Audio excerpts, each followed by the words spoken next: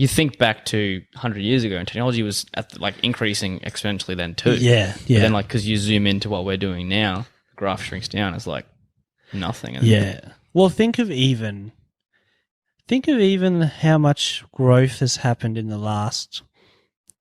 I'm thinking of 20 years, for instance. Like when I was, 20 years ago, I was, say, 9. Geez, that's scary to say. I was 2. You were 2. So I remember we got our first kind of home computer, and we were pretty late to the party as a family. But it was this I don't know much about computers, but it had demos on it, demo games, and it had Need for Speed 1, the very first Need for Speed, all these old school games. And you could barely do anything on this thing, right? And then, say 10 years later, I got my first phone, whatever that was. It was like a Nokia 3315, which you could play Snake, and it was one color, which was green. Yeah. And we're like, this is the sickest thing ever. And then my mate got a Nokia 3320, and it had flashing lights on the side. I was like, this is the future. All I want is this phone, because now you could play Snake, but it was Snake 2 or something. I was like, heck yeah. And now look at what we have. I got to get a new phone soon. And you look at it and Google it, and you're like, holy crap. Things are incredible nowadays. It's pretty crazy. I remember having one of those crappy Nokias. I think I got one in grade 6. Mum was like, you can have a phone, but it's going to do nothing. Yeah. If you're dying, you can call us. Yeah.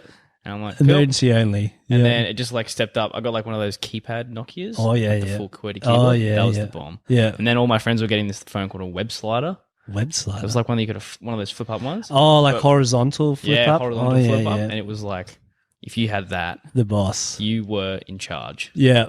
It was the best. I remember when phones were so cheap that they had, there was a Coke. Do you remember the Coca-Cola phone at all? No. It was Coke did it as part of some giveaway. But it was literally I saw one the other day, and it's tiny, and it's just this little, it's a off-white sort of color. But they were so cheap back in the day that they were just, you could get enough Coke bottles, and then hand the labels in, they give you a phone, a full working phone. Far out. A Nokia sort of.